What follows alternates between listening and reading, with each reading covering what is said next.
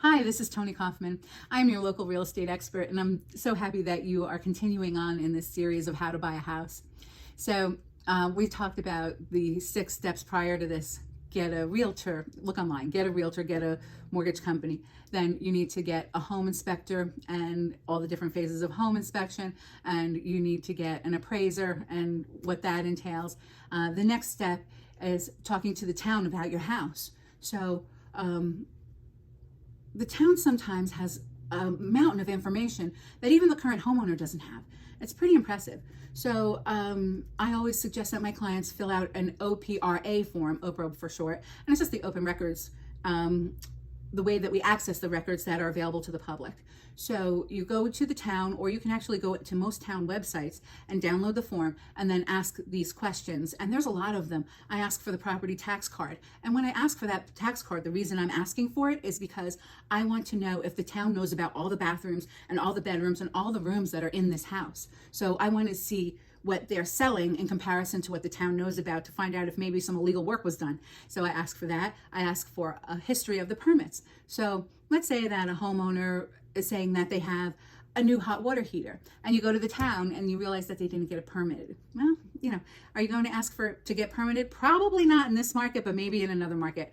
So you would look for those types of things in the town OPRA report. I also would suggest that you ask for, if there's a septic, any septic information, any off-site information that they have, any well information that they have.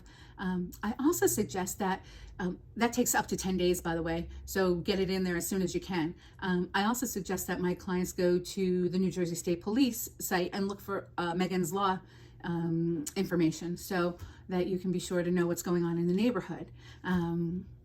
So that is the next step, and it's really just finding out what to do. Now, you've gone on your home inspection and you've gotten this report, and you're walking through and you're feeling really confident and everything looks good and you like it, and you notice a little this and a little of that, and I don't know how it happens, but when they write it down, it seems like a mountain, a volcano that's erupting, instead of a little hill that you walked over in the home inspection. I don't know why that happens, but it seems so much bigger when you read it. So take into consideration that this is one person's opinion and it should be followed very carefully, but oftentimes they will say, get a second opinion from someone else. And this is the time to do it right now. Don't wait. You get that home inspection and you get another body in there if they tell you to. So if they say, the fireplace can only be visually inspected, it looks fine, but we suggest that you get a level 2 home inspection or fireplace inspection, go get that level 2, because they could just look to a certain point. They couldn't look all the way through. So what they're saying to you is, we couldn't complete this inspection. You should hire someone else because there was whatever reason they can't complete it. That's a really important thing. So many people don't do. So now you've gotten through these inspections, and I'm looking at my list because honestly, there's so much to it. I don't want to forget anything. The home inspection. Oh yeah. So you get the report back and you'll negotiate it this time. And sometimes you'll be able to negotiate better than others. And sometimes the homeowner will think it's a non-issue. Hey, I lived with it like this my whole life. Or let's say your home inspector wants you to get a GFI outlet in a certain area. Your homeowner that you're purchasing from may feel like, hey, this is an upgrade.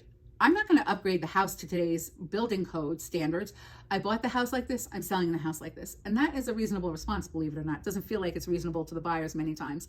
But as long as it is still functioning, they really are not responsible for upgrading into today's standards. Most homeowners actually do upgrade the $10 switch so that it's a non-issue. But just, like, keep it in perspective is what I'm trying to point out. Okay, so then I also, don't wait for the last minute. Confirm with your attorney as soon as you feel like the inspection phase has gone in a way that you can tolerate, that you're going to move forward with this house purchase. Ask them, have they finished the flood cert, your attorney? Have you ordered the survey? Have you ordered title? Because you want that survey back more than 3 days before the closing. You want to take a look at it. Homeowners don't do this on purpose, but sometimes we find on the survey that there is an easement. And those easements can impact people in different ways. So let's say you're buying this gorgeous acre lot and there's an easement that runs through the middle of the backyard. Well, this current homeowner never even considered a pool, but it's why you bought the house. And you get this survey back the day before closing and you realize that you cannot put your pool in. Now what? don't wait on those types of things. Some attorneys wait because they are afraid to order them early because they don't want you to incur costs if you don't get your mortgage commitment and such. I say, spend the extra money up front, make sure you understand what you're getting, okay? I'm going to stop here and go to my next one because this is getting long. Thanks for watching. Don't forget to like this and to follow me.